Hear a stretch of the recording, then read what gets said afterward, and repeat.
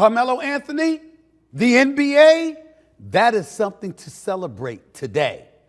The politics in our nation's capital, that is an entirely different matter altogether, as I will definitely express when Senator Cory Booker rolls up in the House. Stephen A. Smith Show coming at you right now.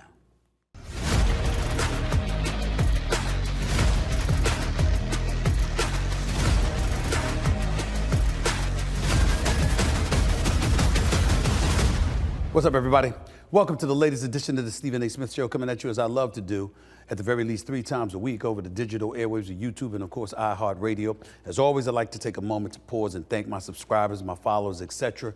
over the airwaves of iHeartRadio. We've had millions of downloads over the last few months, and specifically in the digital airwaves of YouTube, we've accumulated over 1.17 million subscribers and counting in less than 2 years, I might add. I want to thank y'all sincerely for all the love and support. Keep it coming, and I'm gonna keep on coming. Make sure you get a copy of my New York Times best-selling book, Straight Shooter, a memoir of second chances and first takes, now in paperback. Just go to straightshooterbook.com to get yourself a copy. Once again, that's straightshooterbook.com to get yourself a copy. And by the way, to be notified for all of our newest content on the show, just click the bell, and you too shall consider yourself the latest member of the Stephen A. Smith Show family. I'm standing because I'm a bit hyped today.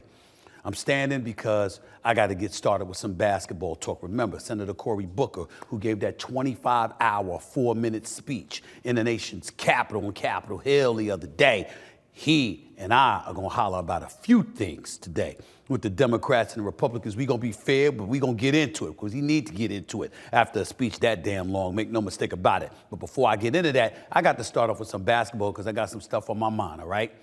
I want to give props to the one and only Carmelo Anthony, who was informed just yesterday he'll be inducted into the Naismith Basketball Hall of Fame class of 2025. The 10-time NBA All-Star was selected 3rd overall in the 2003 draft by the Denver Nuggets, just 2 picks behind LeBron James and 2 picks ahead of Dwayne Wade. Melo's a 6-time All-NBA selection who quickly became one of the league's premier scorers, averaging 21 points per game as a rookie. Before all of that, Carmelo burst onto the national spotlight, if you remember, as a freshman phenom at Syracuse University, leading the Orangemen to their only national championship, which was back in 2003. This brother right here is one of the elite scorers the game has ever seen. In a New York Knicks uniform, he averaged about 24.7 points, okay? Averaged about 7 rebounds. The brother was a scoring machine. He was Mr. Buckets. This is what he did. His drop step, his jab step, everything. His jump shooting ability, his ability to post, play with his back to the basket, play facing the basket. He is one of the elite scorers the game has ever seen. And I got to tell you something right now. I've known him for years. It's like family to me. That's how much love I got for that brother, because he's a special dude. He got a perfect name, Melo, because he don't bother anybody. He was never one of those dudes. He was an individual that just got along with everybody. Most folks, if not all of them, had mad love and respect for him. They still respect him to this very day. His business ventures off the side, he ain't poor. He ain't getting poor anytime soon. He's a wealthy individual, make no mistake about it. But he could ball. And when I think about him, I think about 2 things. 2 things. And I'm going to stand here for this one right here. When I look at him in a Nuggets uniform, 2 things come to my mind. He was drafted by them number 3 overall. That should not have been the case. He should have been drafted number 2, directly right behind LeBron James. And it's a hard subject for me to bring up because one of the great executives in NBA history was Joe Dumars of the Detroit Pistons, who had guided the franchise as its president of basketball operations to 6 consecutive conference finals appearances, back-to-back trips to the NBA finals, and won a championship beating Kobe and Shaq and those boys in Detroit 2004 for the NBA championship. What happened in 2003, though, the Detroit Pistons had the number 2 pick and decided they wanted to go with Darko Milicic. And why did they do that? Because they had Tayshaun Prince. They also had Rip Hamilton and Chauncey Billups as your backcourt. You had Ben Wallace, and you ultimately had Rasheed Wallace. And I get all of that. But in the end, because you had Tayshaun Prince and you had a championship squad, you drafted based on need instead of grabbing the best available talent. And if Carmelo Anthony had been in the Detroit Pistons uniform, he'd have had a title. Because they wouldn't have lost it with him, whether he was starting or coming off the bench. They would not have lost the title with that crew if Carmelo Anthony was a part of that squad. So that's one time that there was an opportunity missed, albeit that was not his fault. And again, it's a subject that's difficult for me to bring up because I love me some Joe Dumars, who I thought was absolutely positively exceptional at his job. But the biggest, most glaring mistake of his executive career, not his playing career, because he was playing alongside Isaiah Thomas in the backcourt and played with Bill Laimbeer, John Sally, Rick Mahorn, and all of these brothers, Adrian Dantley, let's not forget him, Mark Aguirre, ultimately. Remember, Joe Dumars was a champion as a player. He became a champion as an executive. But by passing up on Carmelo Anthony, I believe it interrupted a lengthy period of time they would have been dominant. And it certainly cost that brother a championship in Detroit. He should have been a Detroit Pistons. But I'm going to walk over here to think about my next subject because Carmelo Anthony ended up being a New York Knickerbocker. And I understand that. Here's what happened, ladies and gentlemen. He was in Denver as a Nugget. The year was 2007.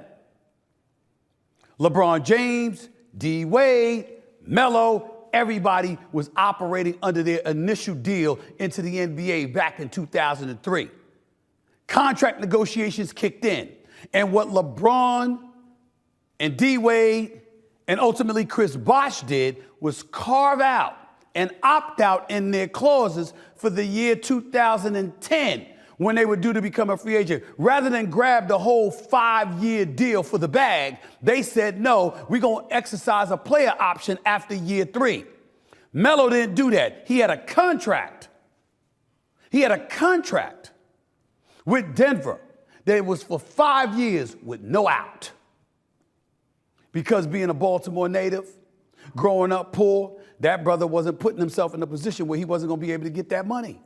He wanted every dollar guaranteed. And so he signed on for the 5 years as opposed to taking the 3 and opting out because he didn't want to find himself getting injured or anything like that. And then after 3 years, he'd be able to compromise his money. That was a risk he wasn't willing to take. Whereas LeBron, D. Wade, and ultimately Bosh did. Why do I bring that up? Because whether D. Wade, LeBron, and the crew want to admit this or not, this brother right here, Carmelo Anthony, would have been with Miami. It wasn't supposed to be Bosh. It was supposed to be Melo. And here's what I'm saying to all of you, right here in America, right now as we speak. I want to make sure that for the record, I am very, very clear with what I am about to say. I love me some Chris Bosh. What he did on the defensive side of the ball can't be minimized in any way. He's a Hall of Famer. Props to him. But I believe that if Carmelo Anthony was on the Miami Heat doesn't have 2 titles out of 4 in the LeBron D. Wade era. I believe they have at least 3. Because that loss against Dallas, when LeBron struggled in those fourth quarters, the D. Wade that was deferential because he knew that LeBron was the best, and even though he did his thing, he was being deferential. That wasn't Carmelo. Carmelo would have said, man, y'all, give me the ball. Give me the ball. I'm tired of this. Give me the ball. And he handled business. That was the kind of offensive juggernaut that he was, that level of aggression. That's who he was. He wasn't being deferential to anybody. When the ball was in his hands, the ball was going to be in his hands. That Carmelo Anthony, I believe, would have saved the Miami Heat in that final series against Dallas in LeBron James' first year in South Beach. So that's not one, but 2 opportunities, 2 bites at the apple, in my opinion. One, no fault of his own, and the other is a fault of Carmelo Anthony because he didn't have that opt-out in his contract that ultimately cost him a championship. And that's the only thing that's sad about his career. He's a 3-time Olympic champion, but he's only won 3 playoff series in his career. He lost 13. He's one of the greatest offensive players we have ever seen in our lifetime. He's a Hall of Famer. A Hall of Fame without question now because he's won 3 Olympic gold medals. He's a 10-time All-Star. Scoring champion, 2013 averaging 28.7 points a game. Mr. Buckets. But no matter what he is as a basketball player, he's even better as a person. I couldn't be happier for him and what he's been able to achieve. I just wish that Carmelo Anthony had captured an NBA championship. He never played in the NBA Finals, never won a championship in the NBA. It's the only place he's never won. That part saddens me because I think that messes up an otherwise flawless, impeccable basketball resume. Jim Boeheim coached at Syracuse for 40 years. There's only one man that delivered him a championship. He's had Derek Coleman, he's had Sherman Douglas, he's had the greatest show in the history of college basketball in Dwayne Pearl Washington, but only one man delivered him a championship. It was Carmelo Anthony. 3-time Olympic gold medalist, national champion, and now a Hall of Famer. I'm really, really, really happy for him. I just wish that I could have seen him in an NBA Finals because it would have been something to behold. That's all I wanted to say. That's all I wanted to say. Coming up, he stood on the Senate floor for 25 hours speaking out against the Trump administration, breaking the record for the longest speech in history. But was it worth it? I'm about to find out when I ask him. I'm talking about New Jersey Senator, the one and only Cory Booker. He's here next, right here on the Stephen A. Smith Show. Don't go away.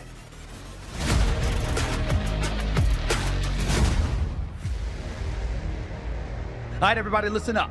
With all the big-time sports action that's happening each and every day, the Stephen A. Smith Show wants to make sure you are taking advantage of it all. That's why we've partnered with PrizePicks, the best place to win cash while watching sports.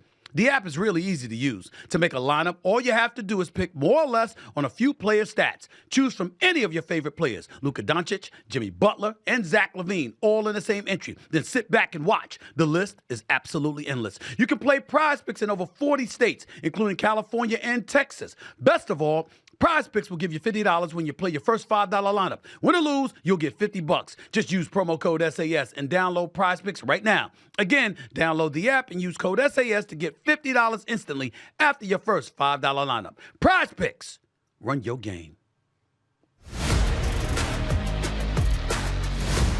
Would the senator yield for a question?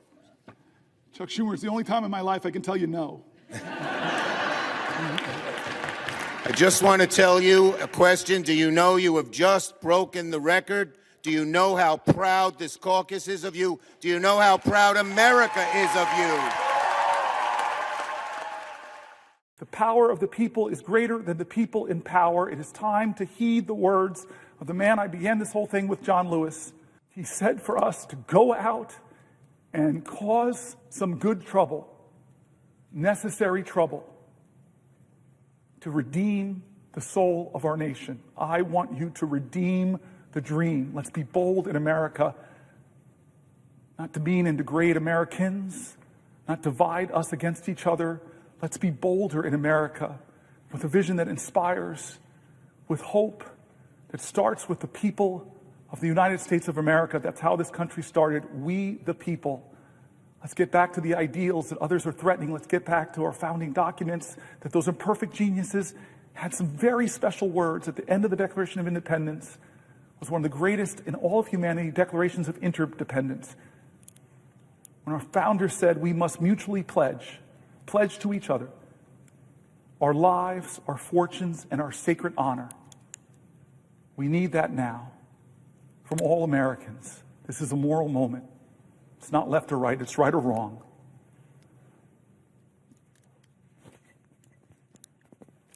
Let's get in good trouble. My friend, Madam President, I yield the floor. Welcome back to the Stephen A. Smith Show. That was my next guest who made history this week on the Senate floor. He currently serves as the U.S. Senator from the great state of New Jersey. Please welcome back to the Stephen A. Smith Show, the one and only Senator Cory Booker. Senator, first off, how are you? Have you gotten any rest? I've gotten a bit. The body's still weary, but the soul is soaring right now. So I'm doing all right. I know you're limited on time. Thank you so much for your time. Let's get right to it. On Monday, you stood on the Senate floor and began a marathon, 25-hour-plus speech, and criticizing the Trump administration. You set the record for the longest speech in the chamber, surpassing the previous mark set in 1957 by segregationist Senator Strom Thurmond. Thurmond spent more than 24 hours filibustering the Civil Rights Act. You weren't doing a filibuster. I want to know what the reason for this was for you, and what do you think you accomplished? I'm grateful for the question. We started by being very plain what this was all about. A lot of folks are hurting in this country right now, and we wanted to center their stories. My office has gotten tens of thousands of folks reaching out, farmers who are losing their farms because of the policies of this administration, veterans who are being laid off or having their benefits undercut. We wanted to center their voices. We are having people who were receiving Social Security who couldn't get responses from the Social Security office because of the tens of thousands of people that are being cut there as well. We wanted to tell stories, and we didn't want to make it partisan. So we brought in Republican voices, from Republican governors to Republicans afraid of losing their Medicaid. We brought in Republican think tanks like the Manhattan Institute and the Cato Institute, just to really lay it plain that this wasn't about left or right. It's about right or wrong. It's about America taking care of each other. So when you ask what we accomplished, the first and foremost is most people don't pay attention to that institution, and probably for good reason. But we wanted to have people pay attention to the people who are hurting in America, whose voices often don't get told. Because I stood for 25 hours, but you and I both know this. There are people like those folks working shifts at the IHOP in Newark right now on Bergen Street, who are working 2 shifts, no rest, and hoping they can maybe get a third around the clock so that they can make enough ends meet to afford rent. Well, the rent's going up, price of groceries are going up, price of everyday living. And so we've got to start talking about the real issues of our country, not in a way that talks down to each other, but lifts folks up. And that's what I was trying to do. Senator, there were some people that were looking at you and in terms of what you had to say about fears of Medicaid being destroyed. And essentially, they used that as an example to highlight that primarily some of the things that you were complaining about haven't even happened yet. So why is he doing this now? What do you say to such assertions like that you were talking about things that haven't happened yet? Well, God, I mean, it's been 72 days and a lot of things have happened that are real. Health insurance is up. He cut funding to the ACA portals, making it difficult for people to get health care, and rolled back things that the Biden administration did that brought down the price of prescription drugs. People are feeling that pain. We know when it comes to healthcare, those things have happened. What's happening to the VA? No president in my lifetime or yours has laid off more VA members, including many of them that are doing things to prevent veteran suicide, which is a shame of our nation. But when you talk about specifically Medicaid hasn't been cut, when do you want people to speak up? It's just like the ACA. We started that fight to protect the ACA months before it happened, but God, we had to garner and galvanize people to join us in the fight. And that public pressure made John McCain and Lisa Murkowski and Susan Collins change their vote. So you and I know you don't prep for game day on game day. You got 2-a-days during the summer, sometimes 3-a-days. You start prepping long before the actual vote comes, and that's what we're doing. I don't know if folks see this the way that I do, but when I was watching you, and I did not watch the whole 24 hours, 25 plus hours, so I did not do that, but I certainly tried to watch some of it, make no mistake about that. When I watched you talk about these things, I found myself growing a bit concerned, and here is the reason why. I give you credit because I thought that you adroitly utilized fears pertaining to Elon Musk and Doge, as opposed to going at Trump directly, because I think that he's become the master at playing the victim. And every time the Democratic Party has come at him in such a way directly, it's worked to his benefit as opposed to his detriment. Nevertheless, I did find myself asking, where was this Cory Booker and where were the Democrats leading up to the election? Because as outspoken as you were, there were an abundance of people clamoring, maybe not directly for you, but for the Democratic Party to speak on issues that were far more substantive than the stuff that we was hearing during the campaign. What do you say to that? Well, first of all, I said it on the floor, and maybe this wasn't the part you were listening to is before you even get to Democrats and Republicans, I just stood before the American people and said, I could be doing better. That I'm out here because my constituents were saying exactly what you're saying is you're not doing enough. Do something different. Take a risk. Show us how far you're willing to go to fight for the people who are getting hurt. Again, I keep bringing it back to sports because I know that's the common plane we stand on. Yes. The team that loses, if you don't learn from that loss, you're going to be a loser over and over again. And whatever you want to say, the Democratic Party has to own up to it. Now, it's not about pointing blame. Okay. It's about taking responsibility. Right. And so I said that quite plain to the American people. You absolutely did. I accept responsibility. The Democratic Party has made mistakes. I said in the 100 body, we've all made mistakes around here. Right. Let's stop talking about each other and let's start talking about the possibilities of this nation. I asked folks that I said it's a new generation of leadership coming in America. Baby boomers are leaving, and they've done incredible things. My parents were baby boomers. The civil rights generation were baby boomers. You know, this is the last baby boomer president, Donald Trump. It's time for us, though, in our generation, like the young John Lewis did, like the young Fred Shuttlesworth did, like the young Ella Baker did. It's time for us to redeem the dream and start talking about America in a way that inspires people. Because this is what King did that was powerful to me. He didn't stand up on the March on Washington and talk about how racist Bull Connor was or how evil George Wallace was. He started to talk about us and who we could be together. He called us to our moral imagination. He redeemed the dream by saying, I have one, and put out a dream that nobody can deny is that where we should be going. But Senator Booker, respectfully, a lot of people will look at a certain thing and they hear what you're saying, and it's very difficult to refute anything that you're saying at this particular moment in time. But in the same breath, there's a difference to being listened to and being heard. And when we think about the Democratic Party, and you say, and you are absolutely accurate when you say that you said on the floor, you've made mistakes, the party has made mistakes. What were those mistakes? What were those mistakes that need to be corrected by the Democratic Party? Because even though you're saying that you don't want to talk about party affiliation, you're talking about human beings, you're talking about American citizens and American lives. The fact of the matter is you're a senator for the Democratic Party. So people are looking at you and they're saying there's one side or the other. If you're talking to folks, they still see you as a Democrat. What did the Democratic Party do wrong that you felt compelled to take responsibility for, to some degree anyway? Well, forgive me for the inadequacies in my communicating right now, and I'll try to say it more plainly. The mistake that I spoke to on that floor was we didn't do what I did that night. We didn't do a good enough job of centering other people's pain, other people's hurt, other people's struggle. People don't care how much you know until they know how much you care. I started my career in Newark, New Jersey. I still live in that same neighborhood that I moved in to be a tenant organizer because the worst slumlords were taking advantage of people.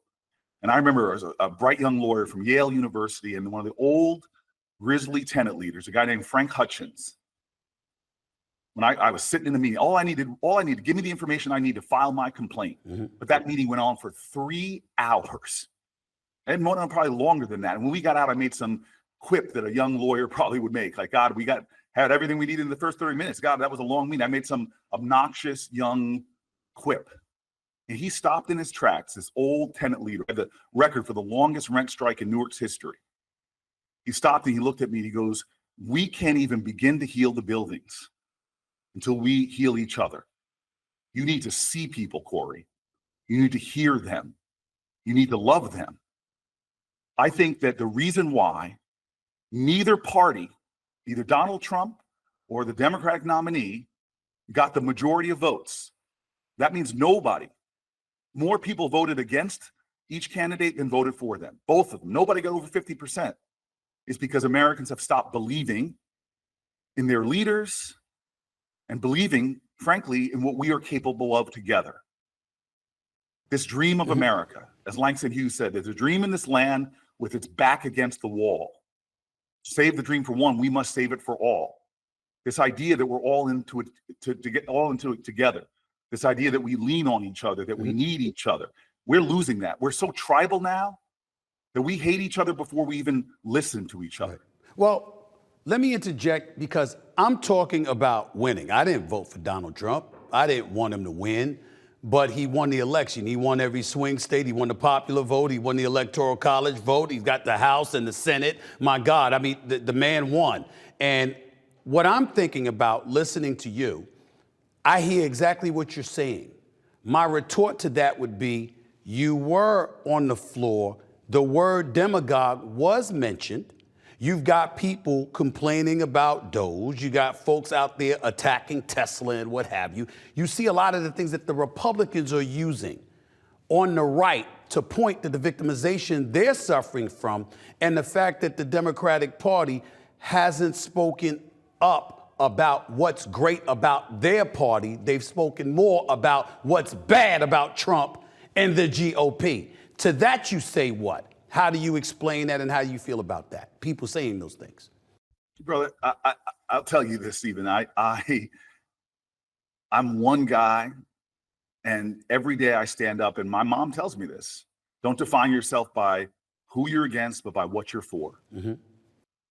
I remember Donald Trump, the first time he mean tweeted me. I think Chris Cuomo was interviewing me on a morning show. It was the Democratic convention, and he said, "This is what Donald Trump said about you. What do you have to say back to him?" And I looked at Chris Cuomo, and I think I surprised him. I said, "What do I have to say to Donald Trump because he said that about me?" I have to say, "I love you, man.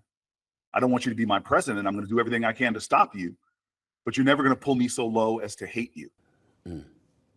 I sat on a plane not too long ago, and you know how this, and you get this. People look at you. I know you from somewhere. Yep. So a lot of people say things to me in airports, and mostly kind things, but sometimes I think, it's May's almost here. I think you should send me a Mother's Day card because I hear it a lot. You mother.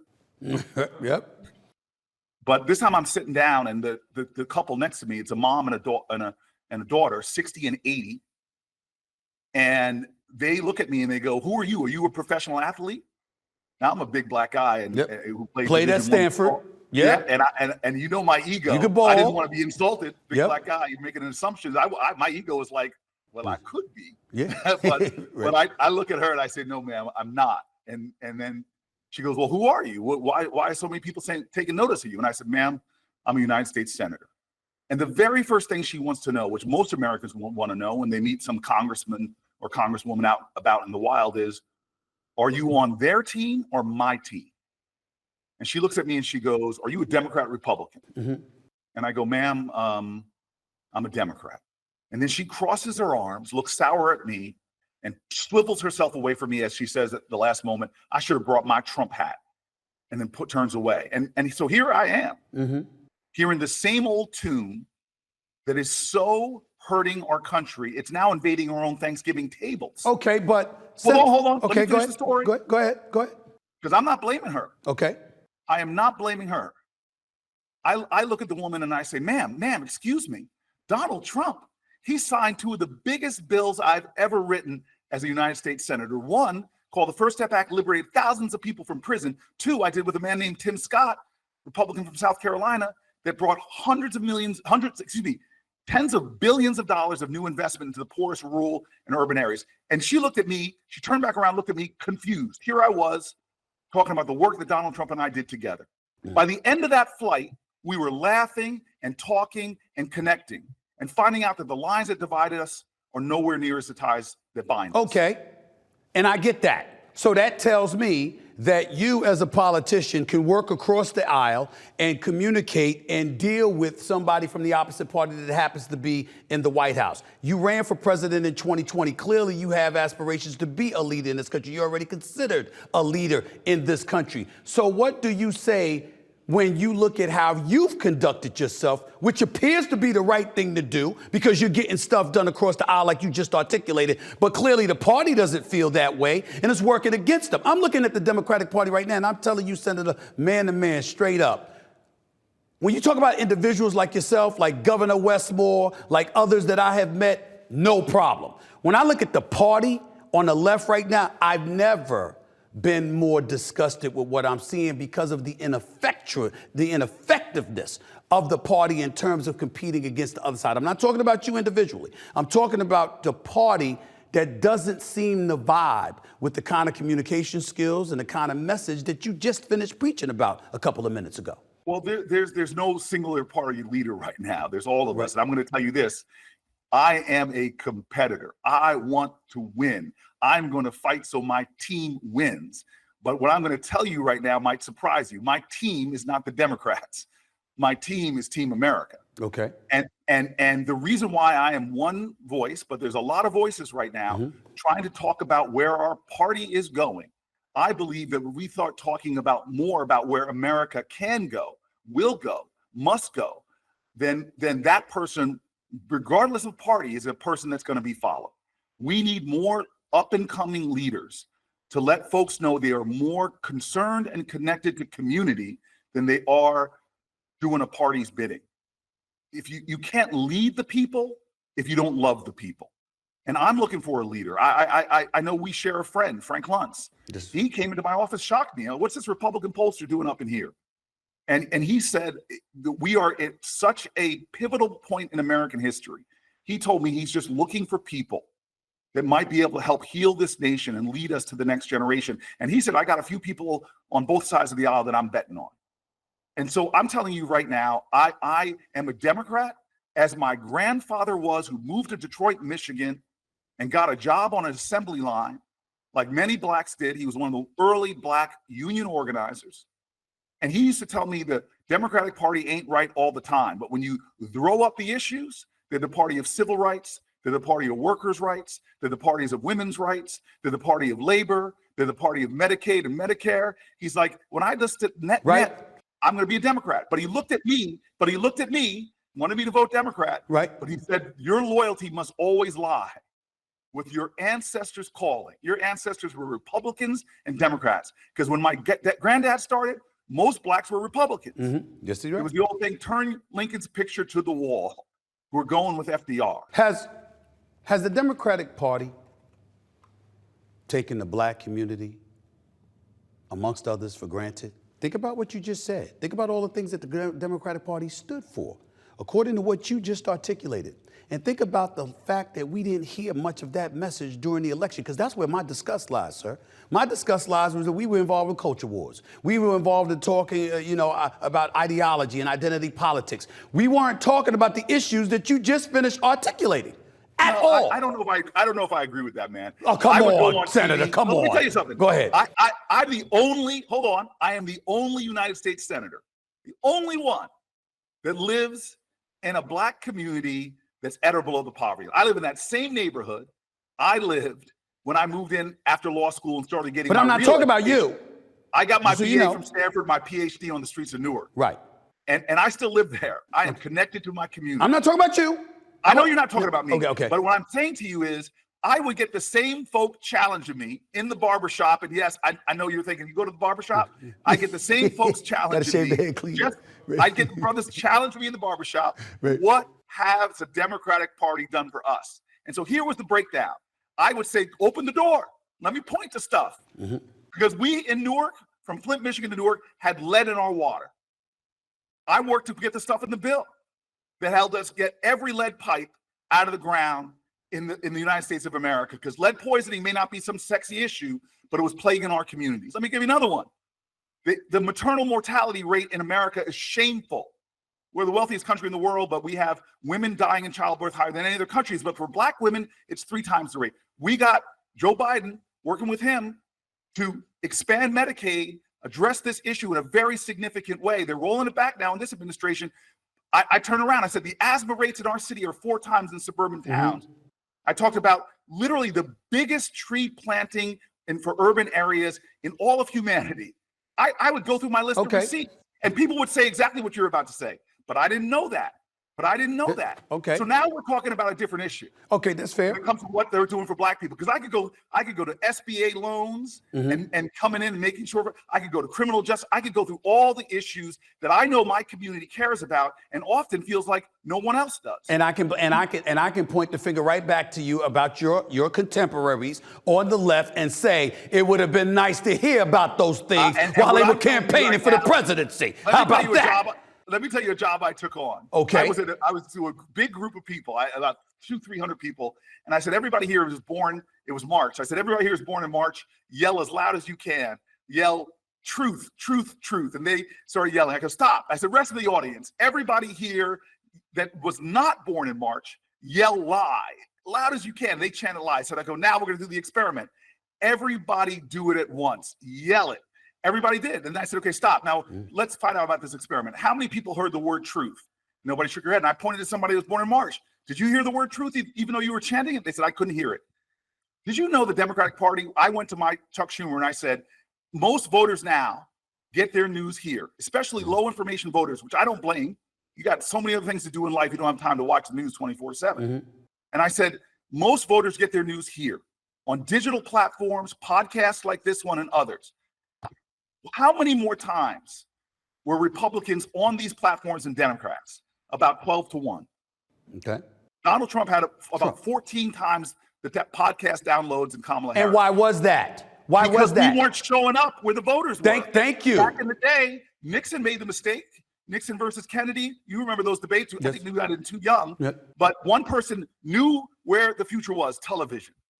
I could not believe. I went to Chuck before the last election and said, our caucus compared to their caucus on just the social media engagement, they're crushing us by orders of magnitude. So since I've been to work, it's only been 8 weeks now with my own caucus. We've quadrupled the amount of impressions that we're getting on these things. I've been literally doing classes, bringing people in to talk to them about show you up on these platforms, show your authentic self. Don't have somebody polish it and do all that. Just talk to people, look them in the eye, direct the cameras, you know this, and say what you do. Because I see your videos. Yes. And be mad, be angry, be yourself. One of my friends here, Mark Kelly, this amazing guy. Right. He's a bald brother from New Jersey, but he's a senator from Arizona. He's in the New Jersey Hall of Fame because he was an astronaut out of this world. He started his TikTok account within 2 days, had millions of views. So I'm just telling you, a lot of people didn't hear this because we weren't communicating effectively. Communication is 3 things, real quick. Communication is the message, the medium, and the messenger.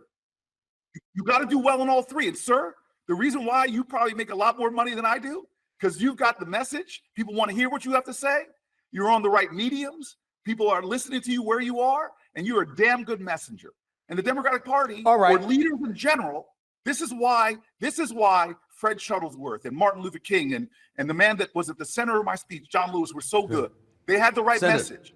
They created a way to capture the moral imagination of the country because they found ways to make the media pay attention. Senator, I know you only, I got you for less than 10 minutes. Okay, I'm sorry, man. Don't worry about it. It's cool. It's cool. I like it, but you the one living. I got time. You the one that got to leave in a few minutes. That's why. So I got your point. Let me get to some points quick before I let you get on out of here. You brought up Joe Biden, and you talked about what legislation he obviously signed off on. I asked this question. What about people that look at the Democratic Party right now and said, you know, this man was debilitating, and you have the Republicans leaning on the fact that you hid that from the American people, and they think that plays a role in things that are being held against you right now as a party. To that you say what? Well, I don't even know why that's an issue. I talked, by the way, Joe Biden called me today. He sounded very compos mentis, got very argumentative, not argumentative with me, but very fired up when he was talking to me. I don't know, man. Right. I never saw it. And this man would literally call me up to discuss policy. I've met no president like him. The reason why I bring stuff like that up is for this reason. Like, for example, I love talking to you. You know, there's one person that I don't ever want to interview. I've never said this about any other human being. And I respect her. She's a senator. I'm sure she works very diligently. She has passion in her heart. But Elizabeth Warren, I can't talk to her. You know why? Because every time I see her, it comes across as if you don't agree with her, you're going to hell. You're going to hell. You're destined for hell just because you don't agree with her. And it's like, wait a minute. Everything has to be an emotional tug of war. Sometimes it's got to be about bare bones and facts. When you were complaining about Elon Musk, what was your primary complaint as it pertained to him specifically? I know there's a multitude of things that you could provide, but a lot of Americans were looking at him and were saying, wait a minute, waste, fraud. I saw Nancy Pelosi on video back in 2010 talking about how Medicare needed to be cut. I saw Chuck Schumer saying the same thing, but suddenly, you know, he's saying stuff like that. And I wasn't in support of him being in that position either. Please don't get me wrong. But I'm like, do we not know that folks are going to see those videos and they're going to point to what appears to be a level of hypocrisy on the part of the left with that stuff? Well, I want to make 2 points. I hope I can make them both. Sure. The first point is there's a guy, influencer I love. He's a doctor and challenges the science of our now H&S Secretary, Robert F. Kennedy. And so he kept challenging him, bringing up the scientific research, taking him down. And then one day he did a video that blew me away. He did a video where he said, I'm reading my comments and people are attacking Robert F. Kennedy because of his voice. They're attacking his and he went off on his own people. He said, we should attack him on his science and where he's wrong. Do not demean and degrade him as his character. And so I will tell you, I've met Elon Musk. I met the man. I'm sure he did not have the kind of success he had. I don't want to demean his character at all, but I'm telling you this, what he's doing, he's even said it. They've had to pull down things off his thing. He is ready, fire, aim. As a guy who played football, we prepared, we thought out our game plan, we did the strategy, we did the research, then we made our execution on the football field. He is not doing that. He's firing people from the FAA that we desperately need for our security, and then trying to claw and get them back. Slash and burn ain't the way to go. What's that? Slash and burn ain't the way to go completely. But hold on, more than that. But signing off on everything ain't good either. About government, this is really important, is you need to have transparency. This man was being investigated by multiple government agencies that then he gets in there and he tears down the very people that were investigating his companies. And he's not coming before Congress to be transparent about it. Okay, that's fair. But to get on him about the cuts, when even though Clinton was an elected official, there was an abundance of cuts that he put forth towards the federal government when he was in office. Clinton balanced budgets. Obama reduced the deficit. Yes, he did. The biggest person who has blown holes in our budgets, the biggest deficits have been accrued under Donald Trump's first term, and he's now putting a budget before this Congress that we're going to be voting on soon that's going to bust another $3 trillion annually or more in our budgets. There's no fiscal responsibility in this man. So you don't think in fact, his whole plan is to cut and gut Medicaid in order to give more tax cuts to people in the highest income brackets disproportionately and blow a hole in the deficit. That's a pretty incredible feat to be able to do all three at the same time. Well, somebody on the right would ask, what's wrong with, for example, let's touch on the issue of tariffs real quickly. What's wrong with being reciprocal in that regard in terms of other countries putting tariffs on you? Why can't you put it on them? What do you say to that? Because this is not the playground. It's not the playground, my friend. This is a sophisticated, complicated economy. We're the biggest economy on the planet Earth. And we don't need somebody that if you mess with me or talk about me, I'm coming after you. We need somebody that says, what is the best, using a surgical-like precision and strategy, what is the best way to go about utilizing tariffs to ensure that we do what everybody wants to do, make America more affordable and create more jobs. Look at the stock market right now.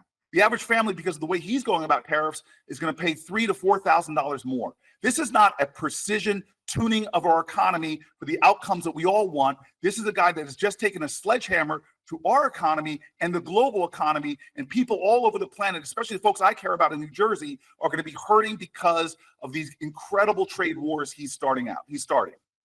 Chuck Schumer obviously went against you guys with the spending bill and what have you, because obviously, you know, they didn't want the federal government to shut down. And then you had a whole bunch of Democrats speaking out against him, folks wanting him gone. What's your position about him still maintaining a leadership role within the Democratic Party, number one? And number two, how are you feeling about the Democratic Party right now moving forward in light of some of the things that we've been seeing, not from the right, but from your own party in terms of how they choose to conduct themselves? I asked Minority Leader Hakeem Jeffries the same thing, and I'm asking it to you because looking at that full screen right there, voters' views of the Democratic Party, only a 27% positive. It's pretty bad for the Democratic Party right now. Your thoughts, sir? My part is, like, if you get up every day thinking about what can I do to help the Democratic Party, you're thinking about the wrong thing. You need to get up every day and thinking about what you're doing for the American people. I'm sorry, New Jersey did not send me here to try to repair the Democratic Party. They sent me to Washington, D.C. to fight for them. When I go home to Newark this weekend, people are not going to say, what are you doing for the Democratic Party? They're saying, hey, what are you doing to fight for my health care, to fight for my veterans benefits, to fight for my Social Security? I'm sorry, I'm just not getting up every day and going to bed every night worrying about the Democratic Party. I'm worrying about the Americans that are suffering and hurting. And by the way, that's probably the best thing we could do as Democrats, is to be focused on people and concerned with people. Fair enough. But Senator Booker, you just told me you're a competitor. I know you play football at Stanford. I know you know your sports. I know you like competition, which means you like to win. So what I'm asking you is, based on what you've seen, you see what he's doing.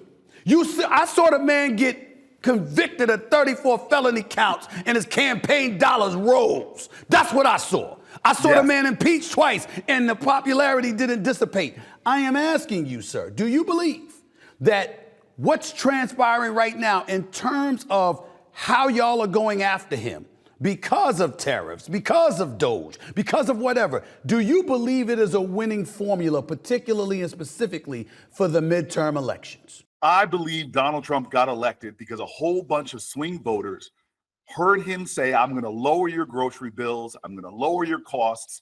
That the number one thing people were talking to me about was ends aren't meeting. And this man was going on and on about that.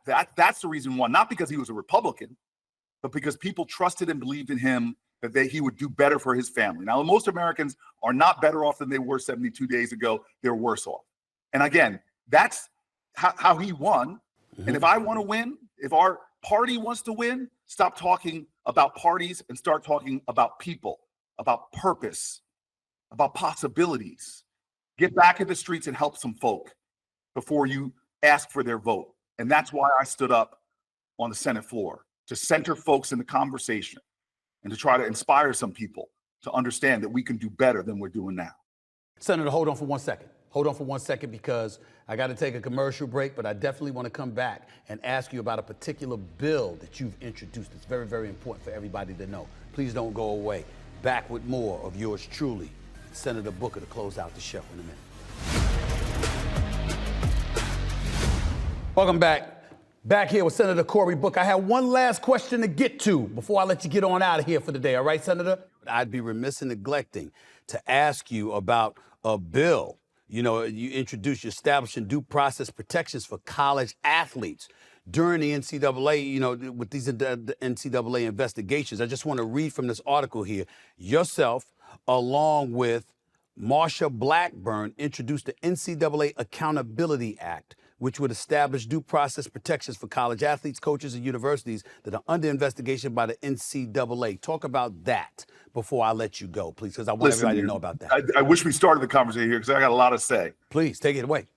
The NCAA, for decades, has been allowing athletes to be exploited. It wasn't, you remember when Shabazz Napier, they win the Final Four and they put a microphone in front of him and he says, I go to bed hungry. Because God forbid you accept some groceries from somebody or sell your jersey and they would kick you out of the sport when the scholarships and the monies that they were making available to NCAA was below what they would need to survive on campus. And then they leave campus and then their jersey with their name on it is still being sold. They're putting people in seats, making millions and millions of dollars.